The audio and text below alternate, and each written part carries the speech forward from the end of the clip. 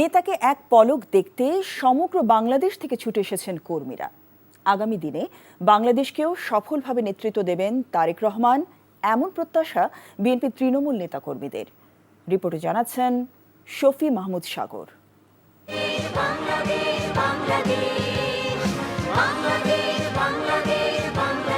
বিভিন্ন জেলা থেকে আগত লাখ লাখ মানুষ ভিড় জমিয়েছেন শাহজালাল আন্তর্জাতিক বিমানবন্দর, ৩০০ ফিট রাস্তা, পূর্বাচল, এভারকেয়ার হাসপাতাল সহ গুলশানে তারেক রহমানের বাসভবন পর্যন্ত।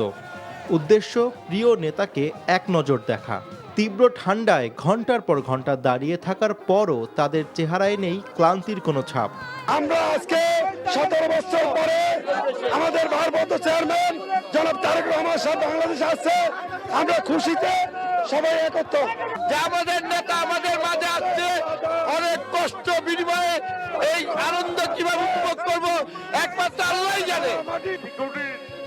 অপেক্ষার অবসানে উচ্ছ্বাস যেন বাঁধ ভাঙা জোয়ারের মতো আছড়ে পড়ে চারদিকে।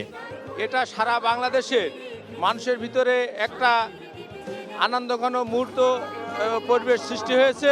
ভারপ্রাপ্ত চেয়ারম্যান তারেক রহমান আসছে এক নজর দেখার জন্য আমরা দূর দূরান্ত থেকে ছুটে এসেছি।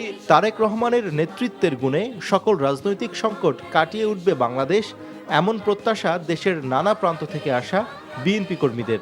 কোনো বিচার নাই, কিছু নাই, মব সৃষ্টি হচ্ছে চারিদিকে।